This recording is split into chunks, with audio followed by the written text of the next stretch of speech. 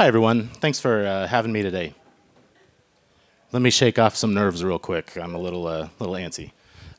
So I'm Nate. I'm currently a developer advocate for the OpenSearch project. I'm doing my best to do that at the moment, but I just also happen to be a gamer. I'm sure you will find it no surprise that I have been obsessed with a number of video games in my time. It also occurred to me at the same time as I was going through this in my head that a lot of people get to the point where they install OpenSearch and it works great and they're looking at an empty dashboard.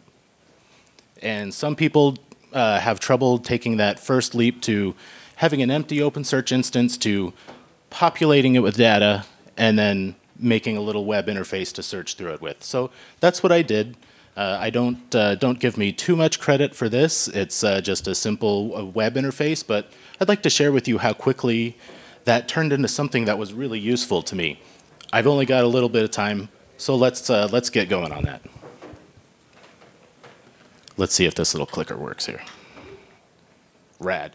Okay. By show of hands, has anyone heard of a roguelite or a roguelike, or maybe even the original Rogue?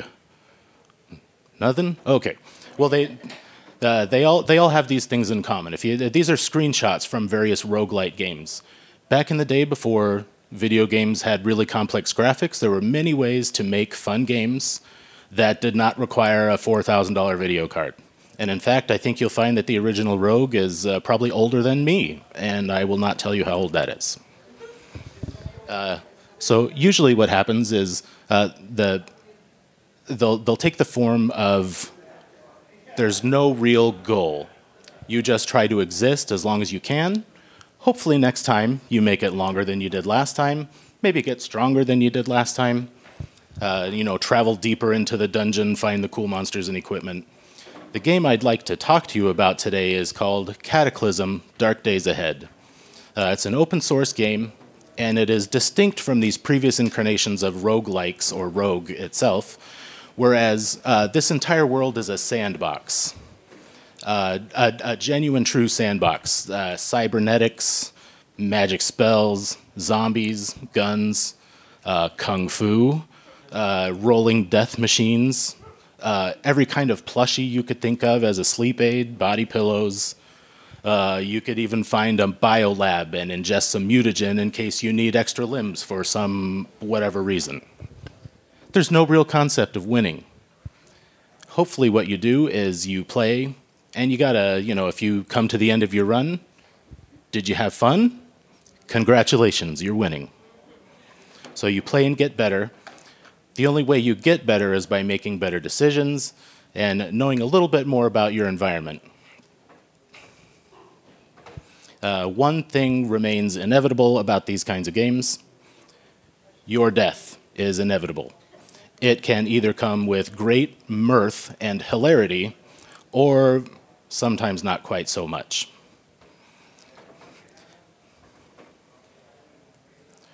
As an example, there's a very complex modular vehicle creation system with 1 million recipes. If you're lucky to find a shopping cart, you can attach wheels to a wooden box that you fabricate yourself if your fabrication skill is high enough. But anyways, as you get stronger and you're exposed to more and more things in the game, the amount of recipes and the amount of in-game information becomes very overwhelming. So this game, Clever Raven, I believe is the GitHub handle of the guy who owns the repo. This game is open source, and as I was hyperfixating over this a little bit, I noticed that every last piece of game data, every recipe, every spawn location, every item that you could come across, every piece of ammo or whatever, it was all in that JSON data, so I didn't have to do much. But let's talk about where this took me next, because I had all that data and I just needed to ingest it. And so all I really did was import a bunch of JSON game data into a handful of indices. When I started, I didn't really intend on building anything, but a quick snippet of JavaScript and I was off to the races. This part in and of itself, the ingestion, it's just some JavaScript that takes these JSON files, breaks them up. They're in one big array, so I have to extract them one by one and ingest them. I did not have to transform this data at all because OpenSearch works so well with unstructured data.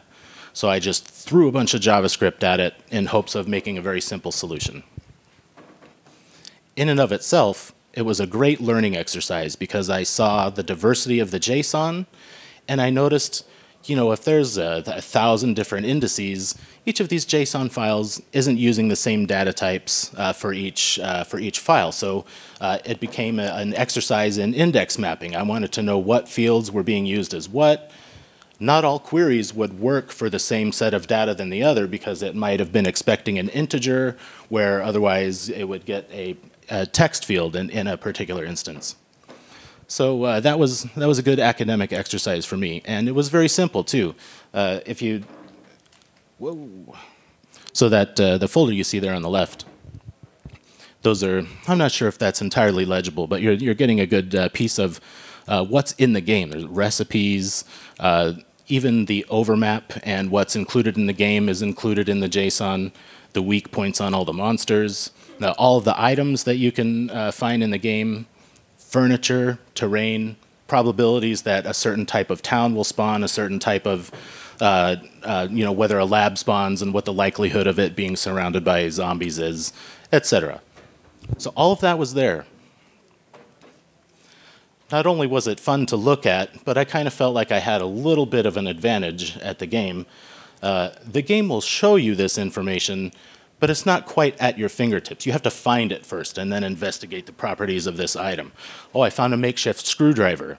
Well, it's got a screwdriving quality of 1, so I can't exactly open Windows with that or break into the hardware store. But if I were to do a query for the next level of screwdriving or prying is another quality for these items, I could find where the next step up was. And so in and of itself, I knew what to search for next to keep me going. So I've ingested all of this data.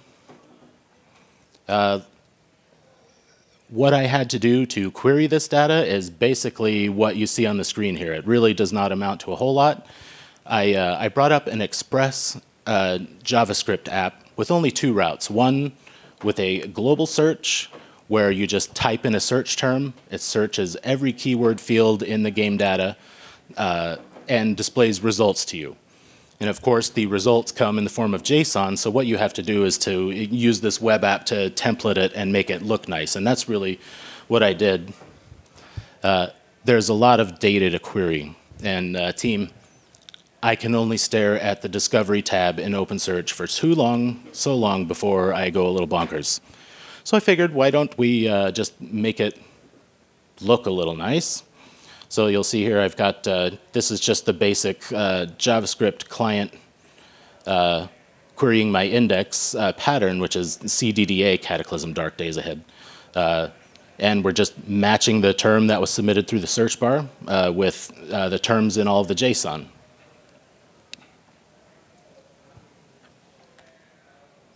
So it really did help. You might ask how it really helped. Well, I'll share you a few anecdotes about where my life has been saved against zombies and wildlife alike. A grenade by itself has a melee bash damage of 6, regardless of whether you pull the pin. So if you throw a zombie or make a makeshift sling, you can actually take out a zombie with a headshot with a grenade that is not live. That kept me alive once, and I found it to be an interesting find because in a pinch you have to make some snap decisions. I'm sorry to say, once or twice I've had to go Anakin Skywalker and take out some youngling zombies. It tends to destroy your morale, but there's in-game penalties too. So unless you are, yourself or the character you've generated has been blessed with the trait of psychopathy, you suffer a great morale penalty for killing younglings. In that case, one of the most important things to do is to keep your morale high in the game. As your morale decreases, reading becomes less fun. Reading romance novels that you find shacked up in libraries becomes less fun. After a while, it'll just say, oh, what's even the point of reading? I don't feel like doing anything. So fun is your friend. One of the things that the game data has is every single book in the game, how much fun it is to read. And along with that, there are recipes. And there's various traits like whether you're a vegetarian or a vegan or anything like that. And so with this list of recipes at my hand, I was able to say, oh, well, it looks like having a peanut butter and jelly right now with this, about to expire jam is worth more than maybe just eating dandelions or whatever, which is a possibility. And I think third, to me, is the vast array of things that you can use as weapons. Amongst the game data, I found the spork, which has a melee bash damage of 2, along with its cousin, the foon, which is a fork, spoon, spork, you get it. So anyways, I can only stare at the Discover tab so much, so I made a little web interface and a little templating system that's been out for a while called Pug. I think it's reminiscent of something called Jade, which I used. So why not a quick web interface along with this, just to make it pretty? And this is the step that some people have a hard time taking, is putting a search bar in front of your data. And that's, if you want to build a search engine with OpenSearch, that connectivity, that instrumentation needs to be done. So here's a quick little screenshot of that. And I did a search for coffee, and it's kind of small, but you might be able to see coffee pot, and then the actual item itself, black coffee, and it's got these flags. I'll give you a demo in person here in a second, but these green flags, you can see that this particular coffee is eaten hot. You can't consume it cold. And there's no auto consume on coffee either. So these flags have, what was interesting to me is that as OpenSearch creates the postings file, when you're ingesting documents, it'll look at all of those keywords, make a note of all the other keywords, documents that those keywords appear in. And then all of a sudden, a keyword search turns into a really good flag search, which has some drawbacks I'll talk about here in a minute. Just never underestimate the spork. I wanted to share this with you because, like I said, this is a starting point. And I would like, once I get this posted to GitHub, I would like anyone who is interested in playing the game to take the work and maybe help me expand it, to look prettier, be more selective about the queries. The data is in there. It just needs to be templatized and displayed to the screen. But anyways, these keyword searches that I'm using for the sake of simplicity, it comes with all the drawbacks you would of keyword search compared to a semantic search. So maybe searching for stone returns answers for like a stone pouch or a stone pillar or a pair of jeans that has stonewashed in the description. And so if I had more time to do this, I would probably implement some kind of semantic search, whereas it would take the item descriptions, vectorize them, and then as people type in search queries, that gets vectorized too, and they get compared to give you better results. So if you're searching for stone, you don't get stonewashed jeans, you get a projectile of some kind. At least that's what I think of when I think of stone.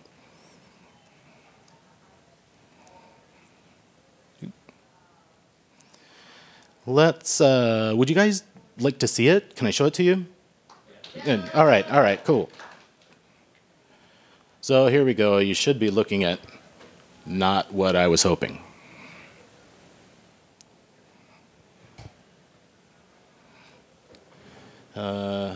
Any hints on changing the screen that I'm sharing here? Are you mirrored or extended? Extended. Take this.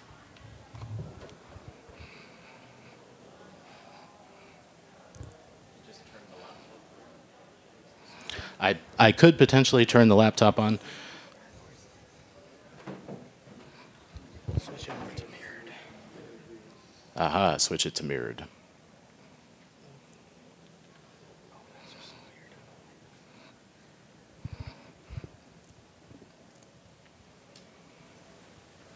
I guess there's usually a keyboard button for it. But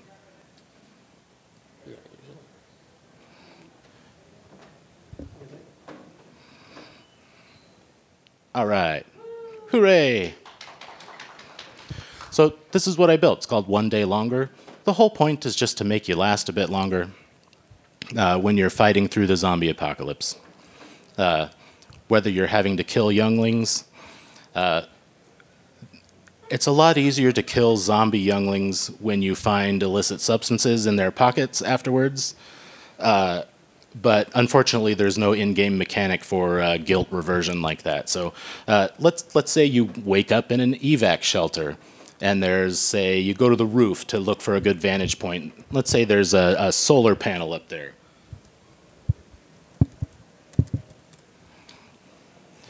So it's making a quick API connection to the OpenSearch instance and returning all these results. So there's a reinforced solar panel, an advanced reinforced solar panel, deployed folding solar panels, a regular solar panel array, soft stab panel, which is actually some kind of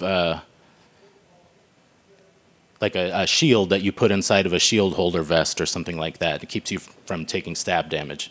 But anyways, just by looking around and searching for what you're seeing in there, you get a fair amount of data. And more importantly, these keywords that show up in the green. Is this small? Maybe I should. Let's rock that up a bit. Interestingly enough, if you're in pain, you can't sleep. So one of the flags in the game is something that is a sleep aid.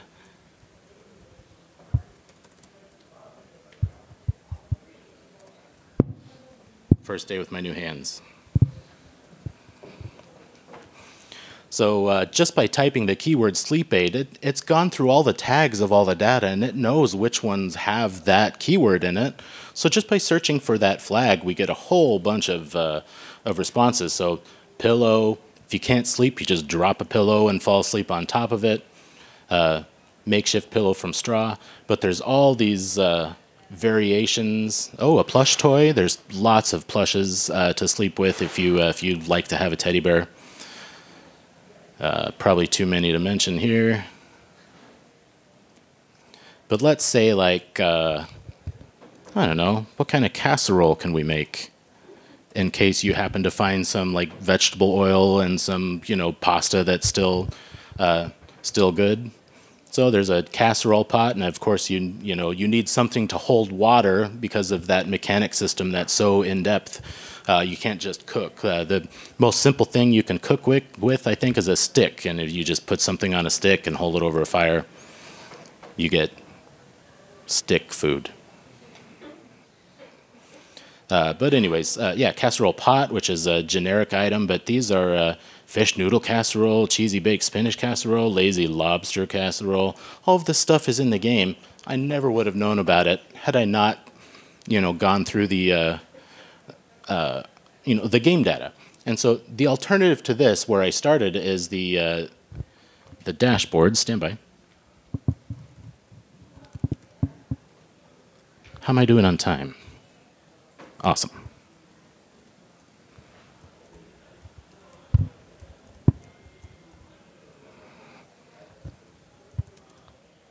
Oh, come on.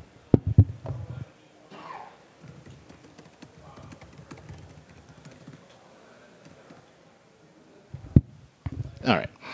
So this is where I spent most of my time as I was trying to figure out what to do with this thing, but I've got this index pattern called CDDA.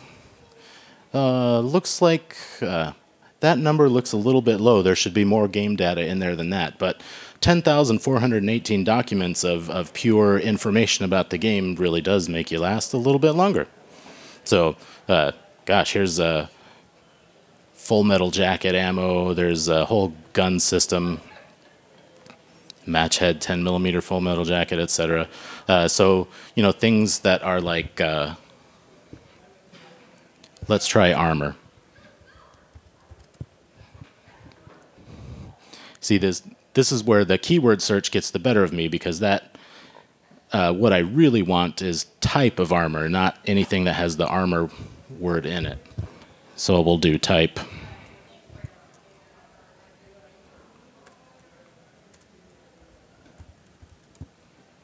There we go. Amethyst platinum cufflinks. Boy, I wonder how high my fabrication has to be to build something like that.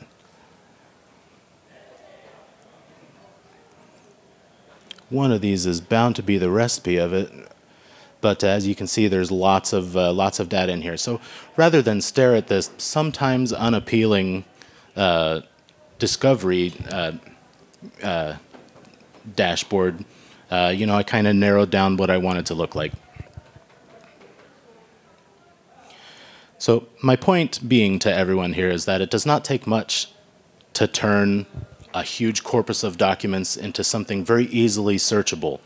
If you run a website and you need to search through, say you ingest all of your blogs for the quarter and you need to search through it, that's, I mean, we're repeating the same design pattern here, just searching through a different index with a different set of data. Oh, you guys like tiramisu? I didn't know I could make that. Wheat and milk. If you're lucky enough to find wheat in the wild, you'd be even luckier to find non-spoiled milk in a store. Edible frozen, my favorite. Yeah, so that's what I've built. I hope you think it's as cool as I do.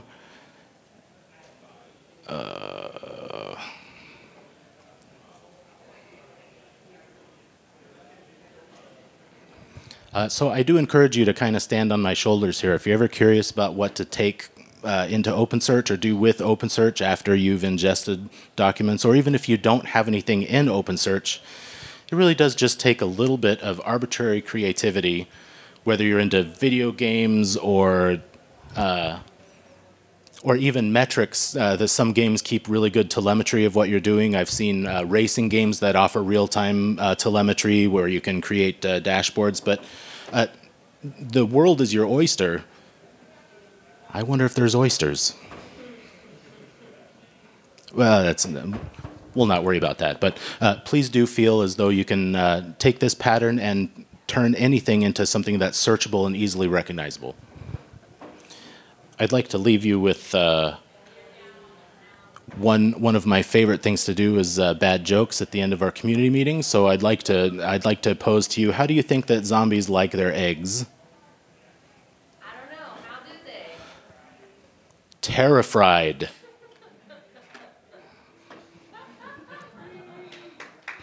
Thank you. I'll be here all week.